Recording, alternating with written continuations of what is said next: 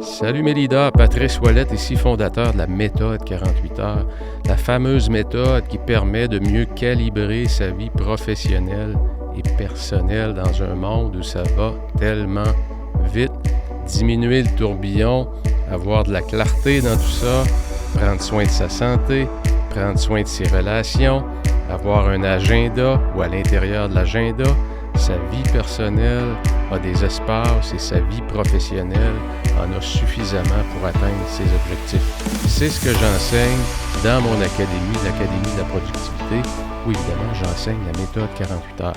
Écoutez, aujourd'hui j'ai un sujet qui est extrêmement d'actualité.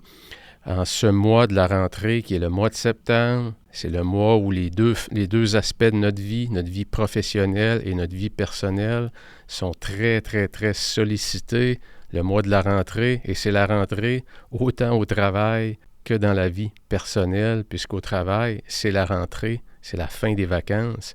Donc, il y a comme un niveau d'intensité au niveau professionnel qui augmente en septembre. Et la même chose se produit dans la sphère personnelle. Donc, c'est un mois qui est crucial, c'est un mois qui est important à bien gérer. Et je vous invite d'ailleurs, pour savoir comment démarrer septembre en force, à écouter ma dernière émission. Mais aujourd'hui, je vous parle de règles de vie. Et vous allez me dire, c'est quoi, Pat, des règles de vie? Bien, vous allez le voir aujourd'hui, qu'est-ce que je vais faire, quoi de mieux pour parler de règles de vie? Je vais vous partager les miennes. Je viens tout juste les mettre à jour. Je les mets à jour, disons, 2-3 fois par année, puisque vous allez voir, des règles de vie, c'est quelque chose qui est vivant, c'est quelque chose qu'on va adapter, qu'on va aussi calibrer en fonction de ce qu'on veut vivre. Mais juste avant de rentrer dans mes 16 règles de vie, ça serait important de comprendre c'est quoi exactement des règles de vie. Bien, si vous allez voir en vous partageant mes règles de vie, ça va être très très clair pour vous c'est quoi. Mais avant de vous les partager, je veux juste qu'on s'élève un petit peu, prendre un peu de perspective par rapport à ça et qu'on comprenne c'est quoi exactement des règles de vie. Bien, c'est un peu des balises qu'on va se donner pour optimiser justement sa calibration entre sa vie personnelle et sa vie professionnelle. Je pourrais dire aussi que des règles de vie, c'est une forme de compas moral également. Et vous allez voir, ce sont également des règles de vie, c'est des décisions qu'on prend et sur lesquelles je vais bâtir mon quotidien. Et si j'aurais vraiment à prendre une phrase pour résumer c'est quoi les règles de vie, c'est vraiment, vraiment le fondement de ton succès et de ton bonheur dans la vie. C'est vraiment sur ces règles-là que tu vas construire. Donc, si tu as des règles de vie qui sont claires, et tu vas voir, ça va te permettre d'avoir une fondation, un salage, comme on dit, de la maison, qui est très, très, très solide. C'est comme du roc. C'est solide, des règles de vie. Et c'est mouvant un peu aussi, c'est-à-dire qu'on va les adapter puisque ça va évoluer nos règles de vie. Et pourquoi, évidemment, qu'on va avoir des règles de vie? Je vous dirais que la première raison, c'est probablement pour avoir un quotidien qui est davantage en cohérence avec ses valeurs et sa vision. La vision, on le sait, c'est la destination. La vision, c'est qu'est-ce que je vois, qu'est-ce que je visualise comme futur pour moi. Qu'est-ce qui m'apportera encore plus de bonheur? Qu'est-ce que je vise au niveau professionnel? Qu'est-ce que je vise au niveau de mes relations? Qu'est-ce que je vise au niveau de mes finances? Qu'est-ce que je vise pour me réaliser personnellement au niveau de mon développement personnel? Qu'est-ce que je vise comme style de vie? Est-ce que je vais avoir un condo en Floride? Est-ce que je vais avoir quelque chose en Europe? Est-ce que je veux voyager davantage? Est-ce que je vais avoir un beau chalet en montagne pour pouvoir faire plus de ski l'hiver ou un condo? Peu importe. Le style de vie, ça peut prendre... Il y a autant de styles de vie qu'il y a de personnes sur la planète, on peut dire. Donc, c'est très, très, très personnel. Mais c'est tout ça.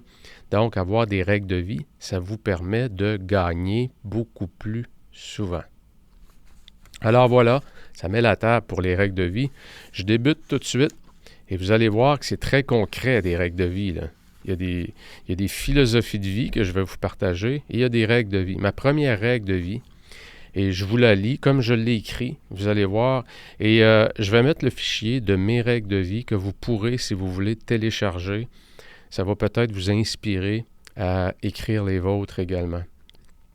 Donc, c'est pas nécessaire de prendre des notes, Mais quand on prend des notes, par contre, souvent, c'est qu'en l'écrivant, il y a des idées qui nous viennent en fonction de notre vie et c'est peut-être important de les noter immédiatement pour pas perdre la bonne idée que finalement on a oubliée parce qu'on ne l'a pas pris en note.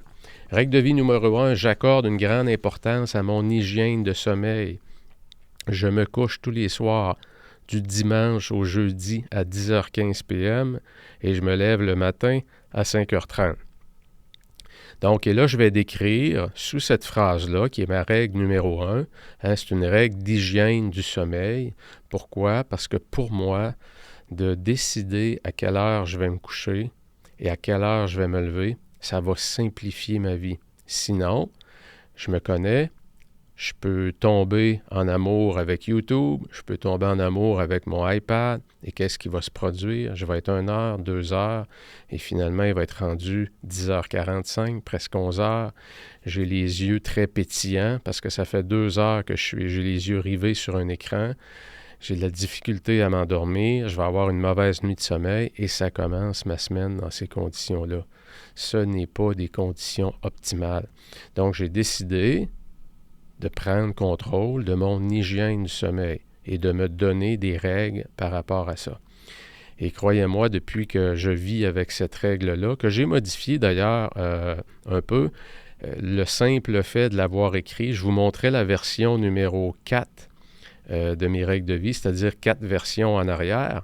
Quand je vous dis que ça se change et que ça évolue, je me couchais à 10h45 avant et je me levais plus tard un peu. Aujourd'hui, je suis capable de dire qu'il y a des soirs que je me couche à 10 heures, ce qui est très, très tôt dans mon cas. Et je suis capable de me lever sur une base très, très, très régulière, vers 5h20, 5h25. Je n'ai pas besoin d'alarme. Et à ces temps-ci de l'année, c'est-à-dire depuis pratiquement 1 mois, j'ai arrêté le chauffe-eau de la piscine. Donc, la température de l'eau descend. Et qu'est-ce que je fais? Je me lève, 5h30, autour de 5h30. Je mets mon costume de bain qui est déjà, tout est prêt. Mon maillot de bain, la serviette est prête. Le maillot de bain est sur la rampe près de la porte de chambre. Et en me levant, je vais dans la salle de bain, je vais me brosser les dents, je mets mon maillot de bain, je prends ma serviette et je m'en vais dans l'eau qui est quand même relativement froide. Pour moi, c'est un rituel qui me met dans ma zone. Je vais chercher une victoire. Parce que quand tu sors du lit le matin, en partant, se lever un peu plus tôt, c'est aller chercher une victoire. C'est facile de rester couché, c'est facile de rester dans la chaleur de ses draps. Et de savoir qu'en me levant le matin, je m'en vais vivre un choc thermique, je m'en vais faire de la thérapie par le froid, si on peut le dire, ça me met dans un état tellement grandiose, je me sens puissant, je me sens fort, je sors de la piscine, c'est comme si la journée m'appartient. La journée est à moi. La journée, je vais aller réaliser des grandes choses. Ça me met vraiment dans un état non seulement physiologique, évidemment, puisque c'est froid, donc c'est bon pour le système immunitaire et c'est aussi très, très bon pour mon esprit, parce que quand je sors de la maison à l'arrière et que je mets les pieds sur le petit tremplin, si vous voulez, et que je saute à l'eau, le corps, le cerveau dit quoi à mon corps? Va pas là, perds pas ton temps là, c'est beaucoup trop froid. Et moi, je fais quoi? J'y vais quand même. Donc, je vais chercher une victoire sur mon mental. C'est super important pour moi et ça me met dans une zone absolument exceptionnelle. Règle de vie numéro 2, tous les matins de la semaine, après avoir préparé mon café, je revois mon top 3 de la journée dans mon planificateur et mes autres tâches, en prenant soin de documenter et revoir mes gratitudes, mon journal, mes objectifs annuels, trimestriels, mensuels et hebdomadaires, ma mission et ma vision. Et c'est pas long faire ça. Il y a beaucoup de mots, là, mais quand c'est rendu, comme on dit, second nature, là, c'est quelque chose qui est simple à faire, ça prend 2-3 minutes. C'est vraiment pas long. Mais ça me permet quoi? Ça me permet de me recentrer. Ça me permet de dire, OK, Pat, tu vas arriver où le 31 décembre? OK, dans 3 ans, dans 5 ans, qu'est-ce que tu vises au niveau professionnel, au niveau de tes relations, comme je le disais tout à l'heure. Donc, plus vous avancez dans un processus de clarification comme ça, plus la vie est simple, plus c'est facile de prendre des décisions, plus c'est facile de refuser des engagements. Pourquoi? Parce qu'on se pose toujours la question, est-ce que ça fait partie de mon plan? Oui ou non? Et croyez-moi, ce n'est pas de vivre de façon égoïste, c'est de vivre davantage en cohérence avec ce qu'on désire vraiment que la vie nous apporte. Donc, ce que je ne vous ai pas mentionné dans ma règle numéro 1, je vous ai lu ce qui est en caractère gras, mais le matin, comme je vous le disais, je me lève, petite hygiène rapide, je vais dans la piscine, je m'habille. Si ma conjointe est levée, je vais faire le lit, c'est automatique. Si elle n'est pas levée, je vais partir vers le travail. On est à une étape de notre vie où il n'y a plus d'enfants à la maison, évidemment. Et puis, ma conjointe a sa routine du matin. Moi, j'ai la mienne. La semaine, ça fonctionne très bien. Donc, qu'est-ce que je fais? Après avoir sorti de la piscine, je rentre en dedans, je vais finaliser mon hygiène, je vais m'habiller et je pars pour le travail. Je m'en vais au travail et à 6h30 jusqu'à 8h, 90 minutes, je fais mon sprint de travail numéro 1. Donc, qu'est-ce que je fais? Je m'en vais chercher ma grosse victoire de la journée. Alors, quand tout le monde est sur la route pour le travail, quand tout le monde rentre doucement au travail, avec un café à la main, un œil ouvert, un œil fermé, j'ai déjà accompli ma priorité numéro 1. J'ai déjà été chercher une grosse victoire. Et croyez-moi, je ne suis pas en train de vous dire « faites ça », là. Je suis en train de vous dire ce que moi je fais. Ça ne veut pas dire que ça fonctionne pour vous. Il faut savoir l'adapter. Mettez de la sagesse autour de ça. Mais qu'est-ce qui pourrait améliorer votre performance? Pourquoi j'ai changé ça dans ce rituel-là? C'est que le matin, j'avais tendance à me perdre un peu dans tout. J'avais tendance à trop planifier, à prendre trop de temps pour revoir ma journée, revoir mes objectifs de la semaine, et je me perdais un peu dans ça. Alors, j'ai décidé de prendre le taureau par les cornes, comme on dit, de complètement modifier ma routine du matin. Donc, quand j'arrive au bureau, et vous allez le voir, c'est une autre règle de vie plus tard, mais quand j'arrive au bureau, mon espace de travail est prêt, mon planificateur est ouvert à la bonne page. Quand j'ouvre mon ordinateur en arrivant au bureau, les applications dont j'ai besoin pour faire ma priorité numéro 1, c'est les applications qui vont apparaître sur l'écran de l'ordinateur. Toutes les autres applications que je n'ai pas de besoin, elles sont fermées. Mon application courriel n'est pas ouverte, Messenger n'est pas ouvert, WhatsApp n'est pas ouvert. Il n'y a rien d'ouvert au niveau communication. La seule chose de disponible sur mon ordinateur, en l'ouvrant, c'est l'application dont j'ai besoin ou le document spécifique sur lequel je veux travailler. Et autour de moi, sur mon bureau, mes crayons sont posés au bon endroit. Donc, je suis prêt pour attaquer ma priorité numéro 1. Parce que si ces conditions gagnantes-là ne sont pas là, c'est quoi le grand danger? C'est que je vais me mettre à chercher le matin. En me mettant à chercher, je vais probablement voir quelque chose qui n'avait pas attiré mon attention avant. Et vous le savez, c'est terminé. Je suis parti dans une espèce de loop où je fais tout, mais je fais rien. Donc, c'est ce que je fais le matin. Et règle de vie numéro 2, évidemment, lorsque j'ai terminé mon sprint de travail autour de 8 heures, ben c'est là que je vais aller faire mon café. Puisque je suis capable de travailler le matin, je pourrais me rendre à 10 heures sans problème, sans manger, sans boire de café, sans aucun problème. Mais c'est un peu comme ma récompense, puisque j'adore le café, j'ai mon café spécial, il y en a certains que j'essaie, j'ai ma façon de le faire. C'est un peu une science pour moi et un art de préparer mon café le matin. Donc, c'est la récompense que je me donne après avoir fait un beau sprint de travail. Et lorsque mon café est terminé, je vais m'asseoir et là, je vais prendre mon planificateur. Je vais regarder, c'est quoi mon top 3 de la journée? Top 1, super, Pat, c'est déjà fait. Bon, le 2 et le 3, est-ce qu'ils sont bien positionnés en termes de temps? Est-ce que j'ai assez de temps pour les faire? Dans mes autres meetings que j'ai dans la journée, est-ce que ça fonctionne? Y a-t-il des choses que je peux éliminer? Parfait. Dans mes autres tâches, en dehors du top 3, est-ce qu'il y a des choses que je devrais prendre en note? Et là, je vais aller consulter ma liste, mon to-do list, et je vais peut-être écrire 3, 4 tâches, 5 tâches supplémentaires dans la journée qui vont être des points bonus, si on peut dire, qui sont à l'extérieur de mon top 3, ça, c'est les 3 choses qui doivent absolument arriver. Et lorsque ça sera fait, on pourra s'attaquer aux autres tâches, mais pas avant. Donc, c'est ce que je fais le matin. Règle de vie numéro 3, je prends soin de mon esprit avec une méditation quotidienne de 15 minutes et de mon corps avec 5 visites par semaine au gym. Donc, si vous auriez accès à mon agenda, je vous le montrerai, ces rendez-vous-là avec moi-même au gym, c'est déjà décidé dans ma planification quotidienne. C'est déjà décidé dans ma planification hebdomadaire que je fais maintenant le vendredi à midi.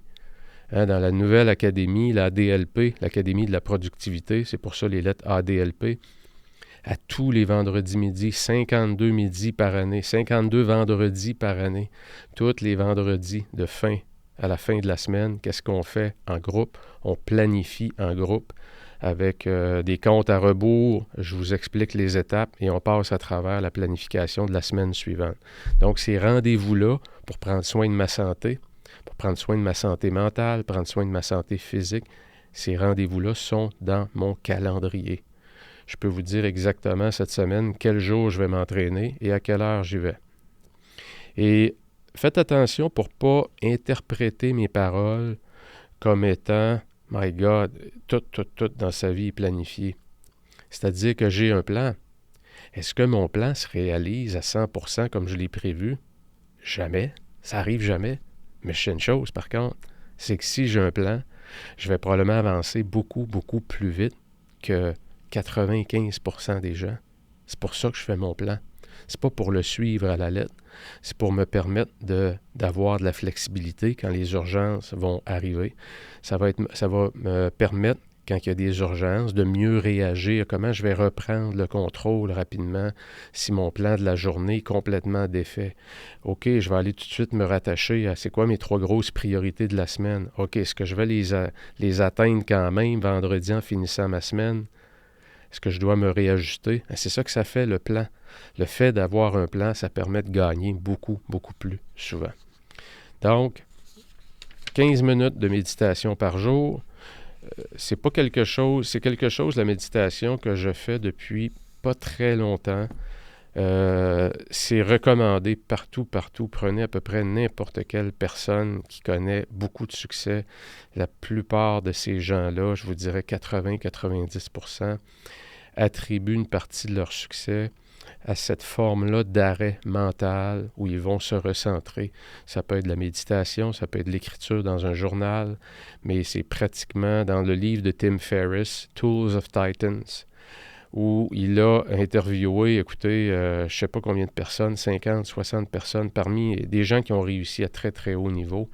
Et Tim Ferriss lui-même le dit, 80% des gens qui réussissent à un très haut niveau ont une forme d'arrêt, où ils vont se recentrer sur eux.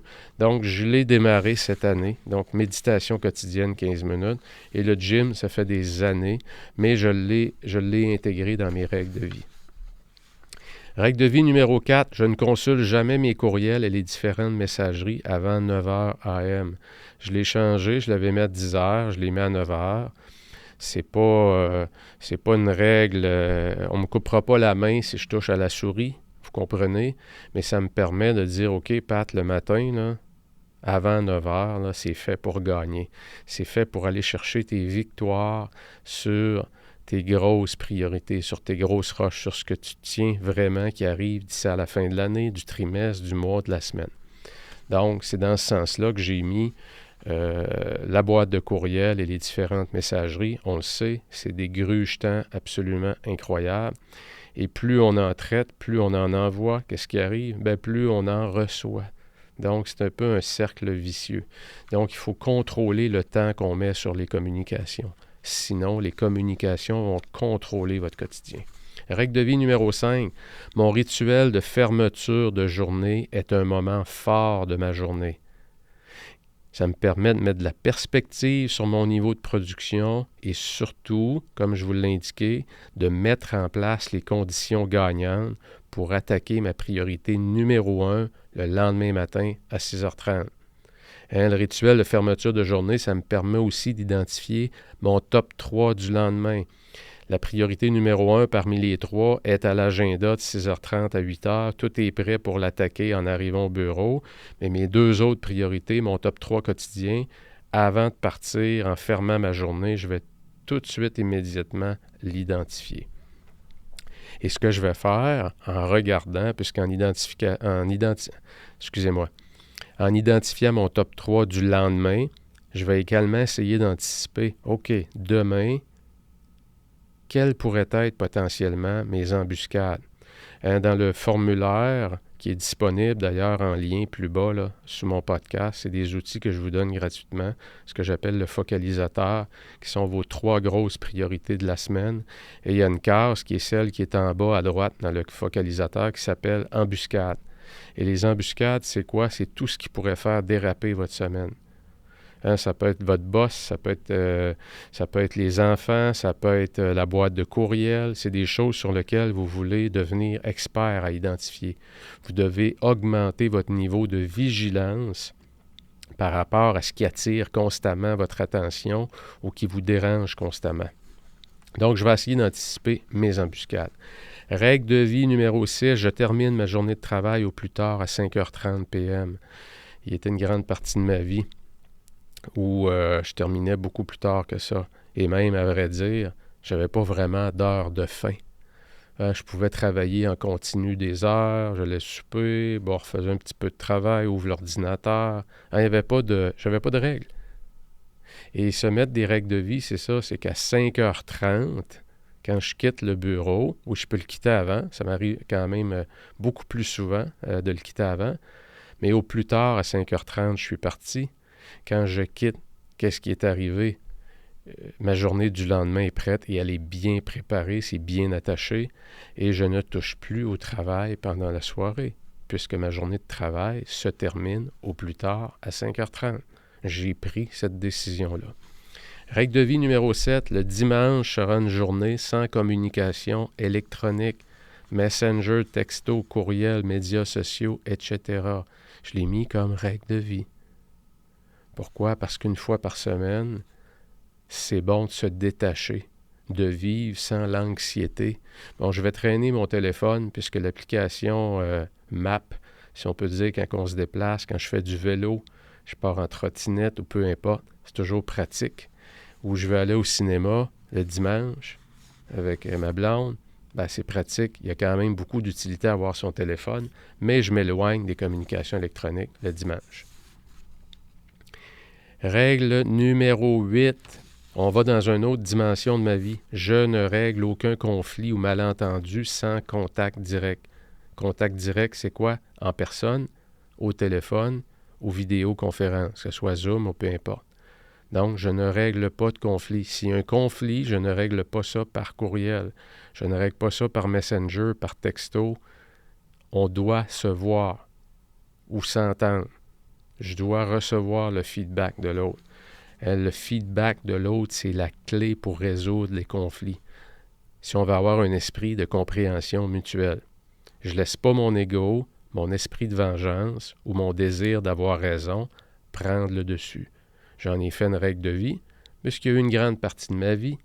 Si on prend les codes de personnalité selon les couleurs, j'étais davantage un rouge, si on peut dire. Je le suis toujours. Il y a une partie de moi qui est très rouge, qui aime contrôler.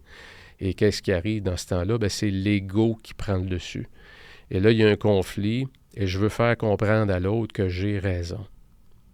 Et je me suis éloigné beaucoup de ça. Oui, je vais expliquer mon point de vue, mais j'ai beaucoup moins ce besoin-là que j'avais avant de prouver aux autres que mon opinion, c'était la meilleure. Mais la preuve que le naturel peut revenir au galop, c'est que j'en ai fait une règle de vie, vigilance par rapport à qui je suis, puisque j'aurais tendance à revenir rapidement à mon naturel. Donc, en me mettant cette règle de vie-là, ça me ramène à l'ordre rapidement lorsqu'il y a un conflit. T'es-tu en train de régler un problème par courriel, là, Pat, là? Oui, bon, on arrête ça. Allô, Martin? Martin, j'aimerais ça qu'on se parle, j'aimerais ça avoir ton attention une quinzaine de minutes, j'ai besoin de te parler. C'est réglé. On va avoir un rendez-vous, on va se parler, on va se voir, on va se rencontrer et on va régler le conflit. La règle de vie numéro 9, c'est 10 grandes philosophies. Je vais y revenir à la fin Vous allez voir, parce que je vais les passer rapidement, mais je vous amène tout de suite à la règle de vie numéro 10. Je me rappelle constamment que la bienveillance envers moi-même est un élément fondamental sur lequel construire ma progression et celle des autres autour de moi. Et j'ai marqué entre parenthèses l'enfant et le vélo. Jusqu'à quand qu'on arrête un enfant, qu'on enlève les petits trous? C'est jusqu'au moment où on pense qu'il est capable. Et on persiste et on persiste. Hein, on travaille sur quoi avec l'enfant? On lui dit « Hey, c'est beau, et que t'es bon, puis t'es bon. » C'est ça. C'est qu'on travaille toujours sur la progression. Donc, avoir de la bienveillance envers soi-même, c'est fondamental. Misez quand vous évaluez vos journées, quand vous évaluez vos semaines, c'est tellement facile, surtout si vous faites partie de ceux qui sont des hyper anxieux par rapport à leur performance. Donc, vous avez automatiquement tendance à vous flageller constamment, à voir ce qui n'a pas été fait plutôt que de regarder tout ce qui a été fait. Quand on est un performant, on est très, très dur avec soi-même. Et en même temps, ce qui est une force en soi, d'être capable d'être dur envers soi-même, ça peut devenir aussi un boulet, parce que ça devient lourd à porter. OK? Donc, la bienveillance envers moi-même, j'en ai fait une règle de vie. Règle de vie numéro 11, le plaisir sur la route que j'emprunte est beaucoup plus important que le plaisir anticipé de la destination ou de l'objectif. Je dois être en amour avec le processus, avec mon quotidien. Hein, je l'ai intégré dans mes règles de vie parce que je trouve ça tellement, tellement, tellement important. Il y a eu des moments dans ma carrière où j'étais malheureux, mais je persistais. Pourquoi? Parce que je me faisais croire qu'un jour, j'allais arriver à un endroit où j'allais être heureux, la destination, l'objectif que j'avais. Mais pour arriver là, je vivais l'enfer au quotidien. Et regardez tous les grands athlètes qui accomplissent des grandes choses, ils adorent s'entraîner, ils adorent leur quotidien, ils adorent leur routine, ils sont en amour avec le processus.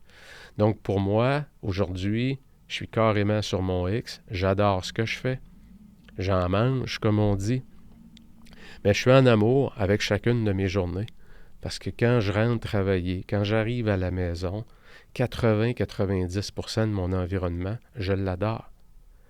Oui, j'ai des objectifs. Et oui, j'anticipe la réalisation de mes objectifs. Mais mon bonheur aujourd'hui ne dépend absolument pas de l'atteinte ou non de mes objectifs. Le bonheur, je le vis aujourd'hui. Règle de vie numéro 12, la mise en place d'un système de productivité jumelé à une forte connexion émotionnelle avec ma destination, ma vision, c'est la clé ultime pour une vie d'abondance. C'est une croyance qui est très, très forte en moi. C'est quelque chose que j'enseigne aux gens. Si tu veux avoir plus de succès, tu as besoin d'avoir de la clarté sur ta destination. Tu as besoin de clarifier pourquoi. Pourquoi tu te lèves le matin? Qu'est-ce qui pétille en dedans de toi? C'est ça la connexion émotionnelle avec ta destination. Et si tu jumelles ça avec un système de productivité, ce que j'enseigne dans l'Académie de la productivité, là, tout ce qu'on se met en place, le système, un peu pour mieux réussir, bien, quand tu as ces deux ingrédients-là, le système qui te permet de moins dépendre de ta motivation et ta connexion émotionnelle avec ta destination, quand tu as ces deux-là ensemble, attache ta tuque, ta vie va avancer extrêmement vite. OK? Donc, j'en ai fait une règle de vie parce que j'y crois, c'est ancré en dedans de moi. C'est pour ça que je maintiens mon système. Il n'est jamais parfait à 100%, mais le fait que j'ai des balises, j'ai un bon système, mission, vision, valeur, objectif, annuel, trimestriel, mensuel, hebdomadaire, quotidienne, tout ce système-là, incluant les règles de vie dans ça. Quand on embarque dans ce processus-là, d'installer doucement ce système-là. Il ne faut pas espérer qu'en 2 jours, tout est installé. Non. Mais quand on embarque, si vous embarquez dans l'Académie, en 5 jours, vous faites partie d'un bootcamp, j'en ai un par mois, et dans le bootcamp, je vous installe en 5 jours tout ce qu'il faut, tous les bons points de repère que ça va vous prendre pour gagner davantage vos semaines. Règle de vie numéro 13. Dans une autre dimension, je suis responsable à 100% de tout ce qui m'arrive. J'ai la responsabilité totale et entière de mes succès et de mes échecs. Personne d'autre que moi est responsable. Je me tiens loin du discours de la victime. C'est pas à faute de la météo. C'est pas à faute de Justin Trudeau. C'est pas à faute de Donald Trump. C'est pas à faute de l'économie. C'est pas à faute des taux d'intérêt. Je suis responsable. C'est pas à faute de ma blonde. Et dans un couple, les deux sont responsables à 100%. Donc, je reviens à mon principe, je suis responsable à 100%. Ma conjointe est responsable à 100% de la réussite de notre couple. Je suis responsable à 100% de la réussite et du bonheur de notre couple. Donc, extreme ownership, responsabilité absolue. Je ne donne pas ça à personne. Ça m'appartient. Ça me permet de m'ancrer, ça me permet de me garder les deux pieds sur terre, ça me permet d'être solide, de regarder tout le monde dans les yeux, d'avoir les épaules droites, le regard à l'horizon et non pas marcher avec le regard au sol. Pourquoi? Parce que je suis fier de moi, je sais que je suis responsable de ce qui s'en vient, j'apprécie mon quotidien, j'ai défini des règles de vie, c'est tout ça. Donc, responsabilité absolue. Règle de vie numéro 14. Aucune situation n'est définitive. Écoutez bien ça. Aucune situation n'est définitive. Si tu passes à travers une épreuve, présentement, le soleil va arriver bientôt. Si tu passes à travers une grande victoire, sois vigilant, profites-en. C'est super, puisqu'on doit en profiter. Mais perds pas tes points de repère, parce que si tu restes dans l'euphorie trop longtemps, qu'est-ce qui va arriver? Tu vas perdre toutes tes bonnes habitudes. Et quand tu vas te remettre au travail, tu ne comprendras pas pourquoi que ça ne va pas si bien qu'avant. Donc, aucune situation n'est définitive. Ça permet de rester les deux pieds sur terre pour savoir que les mauvais moments, tout comme les bons, sont passagers dans la vie. Je demeure solide dans les épreuves, présent et humble dans le bonheur et le succès en calibrant au meilleur de mes capacités les moments d'euphorie et les moments de déprime. Et je lisais une étude, je ne me rappelle pas quel auteur, c'était une étude dans le Harvard Business Review qui disait que la régularité et la stabilité de l'humeur, c'est corrélé comme un élément clé du succès. Donc, la régularité et la stabilité de l'humeur. Et la bonne chose, la belle nouvelle dans ça, c'est que ça se travaille. Je peux améliorer ma régularité et la stabilité de mon humeur. Comme je le disais, avoir des hauts et des bas, des creux de vague, donc d'avoir une mer qui est un peu moins agitée, mais sur laquelle il y a du vent quand même. Donc, je vais avoir des belles victoires, je vais les célébrer. Je peux y célébrer seul, je peux y célébrer en équipe. Il y a toutes sortes de façons de célébrer. Puis quand je vais être dans le creux, je vais peut-être avoir un meilleur système de support. Je vais peut-être faire attention aux mots que j'utilise pour moins me positionner comme une victime. Parce que quand je suis dans la déprime un peu et que je commence à parler de tout l'environnement, tout ce qui est extérieur à moi, qu'est-ce que je fais? Je suis en train d'avoir un discours de victime. Et qu'est-ce que je fais? Je suis en train de sortir de ma règle que je me suis mis, que je suis responsable à 100% de tout ce qui m'arrive. OK? Donc, aucune décision n'est définitive. Règle de vie numéro 15, je demeure un éternel étudiant du leadership, de la productivité et la psychologie de la performance. Et quand je lis, vous le savez, je pense, je le mentionne souvent, mais j'adore lire. J'ai une bibliothèque exceptionnelle. Juste la regarder me procure beaucoup de plaisir. Et croyez-moi, j'achète plus de livres que je peux en lire. Mais ça ne me dérange pas. C'est un défaut qui me crée du plaisir. Et je ne lis pas tous les livres. Il y a certains que je vais consulter. Il y en a que je veux voir tel chapitre, puisque je connais l'auteur d'avance. Il a écrit, exemple, son 3e livre qui porte plus sur tel aspect, exemple, de l'attention. Et c'est le chapitre 4, 5, 6 que je veux lire. Donc, je lis aussi pour être plus efficace. Mais la plupart des livres que je lis, évidemment, je les lis d'un bout à l'autre. Mais je demeure un éternel étudiant du leadership, de la productivité et de la psychologie de la performance, ce qu'on appelle, ou ce que moi j'appelle, le Champion's Mindset. Comment je fais pour avoir un mindset de champion? Et on vient juste d'en parler justement quand je vous disais d'avoir une meilleure stabilité et d'être en mesure de mieux réguler. C'est un mot anglais, je pense, réguler. La régularité, la stabilité de son humeur, c'est un des traits des Champions Mindset. Un athlète qui est très, très, très émotif, lorsqu'il perd, lorsqu'il gagne, qu'est-ce qui arrive? Bien, c'est difficile. Il va avoir une carrière très, très, très difficile. Ceux qui ont des carrières longues sont capables de rester concentrés. Hein? Et regardez les grands champions, regardez Federer, regardez Nadal, regardez Djokovic. Hein, j'écoute souvent ces gens-là, j'écoute beaucoup de leurs conférences de presse parce qu'ils se font poser toutes sortes de questions et à travers leurs réponses, souvent, il y a des belles, on comprend leur environnement, on comprend dans quel environnement ils sont pour performer pendant aussi longtemps. Et on voit que d'un, il y a beaucoup de support, mais ils ont des règles de vie. Ils ont des règles de vie et lorsqu'ils gagnent, tout de suite le lendemain, ils reviennent dans leur zone, dans leur routine, dans leur rituel, pour ne pas perdre de vue cette zone-là qui leur permet constamment d'avoir un meilleur bonheur au quotidien.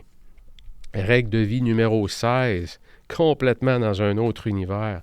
Je planifie 2 longs voyages par année, 3 à 5 semaines chacun. Hein, c'est ma liberté, c'est mon style de vie, c'est ma récompense, c'est ma créativité, c'est mon ouverture aux autres façons de vivre et surtout, c'est l'artiste et le créateur qui est en moi. Puisque quand je voyage, c'est comme si je donne de l'espace, 3 à 5 semaines pour chacun des voyages. Je sais que l'artiste qui est en moi, bien, son identité va se dévoiler davantage pendant ces voyages-là. Je laisse de l'espace à moi, ça me crée un sentiment de bonheur exceptionnel. Je vais à la rencontre des gens, des autres cultures, je rencontre les restaurateurs, je me suis fait des amis partout sur la planète à cause de cette règle-là, de cette philosophie-là, si on peut dire, de vie. C'est mes 16 règles de vie et je reviens à la règle de vie numéro 9 que je vous ai dit que j'allais les passer rapidement. La règle de vie numéro 9, je vous la donne, qui s'appelle « Je garde constamment à l'esprit ces 10 grandes philosophies ». Et vous allez voir, il y a quelques phrases qui se répètent un peu, mais pour moi, c'est des fondements, hein, c'est des grandes philosophies de vie. Philosophie numéro 1, la direction vers laquelle j'avance est beaucoup plus importante que la vitesse à laquelle je progresse. Hein? C'est Helen Keller qui disait « La pire chose que d'être aveugle, c'est d'avoir la faculté de voir sans vision ». C'est donc beau comme phrase. C'est rempli de sagesse. Helen Keller qui était aveugle. Philosophie numéro 2, si j'échoue à planifier, je planifie mon échec. Ça vient de Benjamin Franklin. C'est tellement vrai. Règle de vie numéro 3 de mon bon ami Jocko Willing, pour ceux qui le connaissent. Ex-Navy SEAL avec Leave Babin. Derrière la discipline se retrouve ma liberté. Je l'adore, je l'adore. Parce que c'est tellement vrai. Les gens qui disent « Ouais, mais c'est tellement structuré », mais il semble que non, au contraire. Quand tu es structuré, tu es beaucoup plus efficace et tu gagnes énormément de marge de manœuvre. Tu as beaucoup plus de temps pour toi. Tu as beaucoup plus de liberté quand tu es organisé et que les choses que tu fais, c'est les bonnes choses. Donc, derrière la discipline se retrouve ma liberté. Règle de vie numéro 4. Ma réussite passe par mes matinées. Je l'adore, celle-là aussi, parce que je le vis à chaque jour. Quand je réalise ma priorité numéro 1 le matin à 8 heures, wow! Comme je vous disais, je me sens puissant, je me sens fort, je me sens en feu. Alors que 90% de la population, ils ont juste un œil ouvert. Moi, je suis déjà allé chercher cette grosse victoire-là. Donc, quand on les met à chaque jour, hein, lundi, mardi, mercredi, jeudi, vendredi, et que la semaine d'après, ça se représente encore, et l'autre semaine, et l'autre mois, et l'autre trimestre, à quel endroit vous pensez que vous allez être par rapport au reste de la population? Vous allez être des années-lumière en avant et tout le monde va se demander « Qu'est-ce que tu fais? Tu fais quoi? Comment tu y arrives? » Hein? Tu as juste pris des décisions, mais tu as pris les bonnes décisions. Tu as mis de la clarté dans ta vie et tu as associé avec ta clarté des actions de découper tes objectifs pour savoir précisément qu'est-ce que tu dois faire pour que la vie te donne ce que tu désires. C'est juste ça. C'est juste ça. Philosophie numéro 5, loin des yeux, loin du cœur. Qu'est-ce que ça veut dire, ça? Ça veut dire que dans mes relations et dans mon management visuel, mes objectifs sont visuellement accessibles en tout temps. Et je pense que je vous ai déjà parlé de l'approche Kanban. Le Kanban, c'est une philosophie, c'est une technique japonaise de gestion qui est dans toutes les usines Toyota où visuellement, je peux me promener dans l'usine et je connais le taux de non-conformité, je connais le taux d'erreur de la journée, je connais mes cibles à atteindre. C'est visuellement, je le vois. Donc, ce n'est pas quelque chose que j'ai écrit qui est sur mon ordinateur dans un document Word. Là, je vous parle de quelque chose qui est visuellement, je peux le voir. Donc, vos objectifs, écrivez-les sur des post-it, collez ça dans le miroir de la salle de bain, collez ça sur le frigo dans la cuisine, mettez-les à l'intérieur du frigo sur la pinte de lait ou sur la crème, si vous mettez de la crème ou du lait, mettez vos objectifs visuels. Philosophie numéro 6, mon habileté à traduire ma vision en action quotidienne est game changer. Ce que j'appelle le principe de l'alignement. Aujourd'hui, ce que j'ai fait aujourd'hui, est-ce que ça a un lien quelconque avec ma vision? Est-ce que j'ai travaillé, les actions que j'ai produites, l'output que j'ai produit? Est-ce que ça va me rapprocher, ça va me permettre de me rapprocher davantage? Si la réponse c'est oui, bingo. Si la réponse c'est non, OK, demain par contre, on se reprend. Sinon, vous allez vivre le jour de la marmotte. Saint-Exupéry disait, c'est le temps que je prends pour ma rose qui rend ma rose si importante. Quand votre quotidien, il va avoir dans chacune de vos journées davantage d'actions en lien avec votre destination, vous allez avoir encore plus envie de prendre soin de cette rose-là qui est votre destination. Philosophie numéro 7, le secret, c'est d'en faire moins. Warren Buffett. Je trouve tellement ça vrai. Et je vous ai parlé du principe 25-5, hein?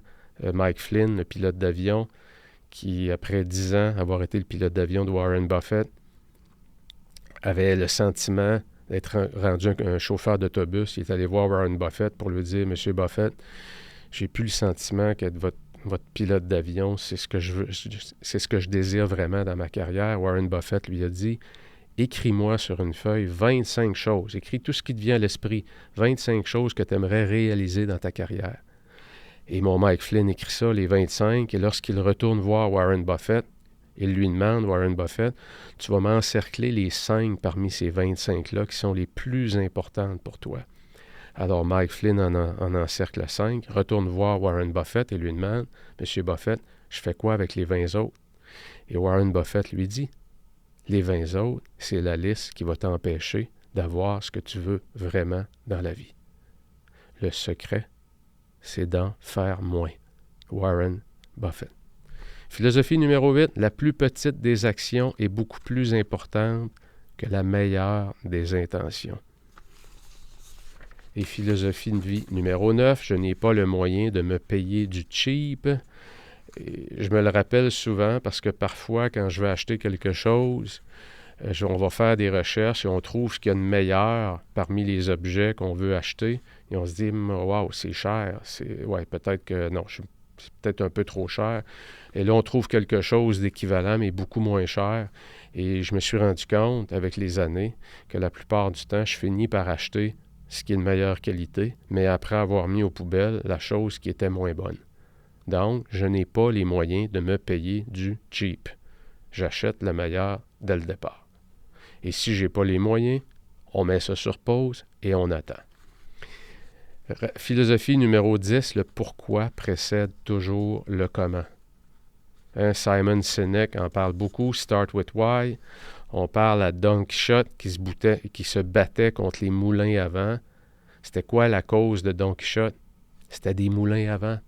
Si ton quotidien, c'est que tu ne sais pas pourquoi tu te lèves, à part pour aller chercher une paye, bien, il manque peut-être de piquant dans ta vie. Pourquoi tu te lèves? C'est quoi ta cause? Et moi, ma cause aujourd'hui, c'est d'aider les gens. C'est d'aider les gens à atteindre leur objectif professionnel et réussir leur vie personnelle avec la méthode 48 heures. C'est ça ma cause et je me lève à tous les matins en pensant à ça. Pourquoi? Parce que j'ai souffert, j'ai trouvé ça dur. J'ai manqué tout perdre à cause de mes ambitions professionnelles.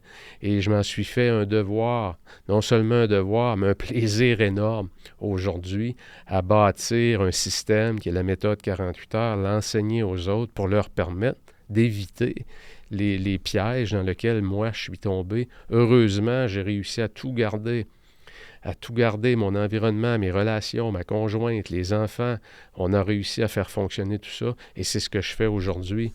Mais le pourquoi précède toujours le comment. Je ne pourrais pas avoir l'énergie que j'ai à travailler encore comme je le fais aujourd'hui si je n'avais pas un pourquoi, si je n'avais pas une cause qui me procure un feu ardent aussi fort. C'est pas vrai.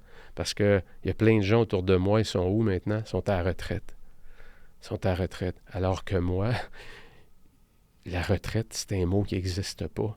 Parce que j'espère avoir la santé mentale, la santé physique, et c'est pour ça que j'en prends un soin jaloux pour pouvoir servir encore jusqu'à ma mort, jusqu'à la fin, jusqu'à mon dernier souffle, d'être sur scène, d'être devant un micro, enregistrer un podcast, en train de faire une vidéo, en train d'écrire une lettre, en train de mettre un post sur Facebook en espérant que ça va avoir un impact positif sur la vie de quelqu'un.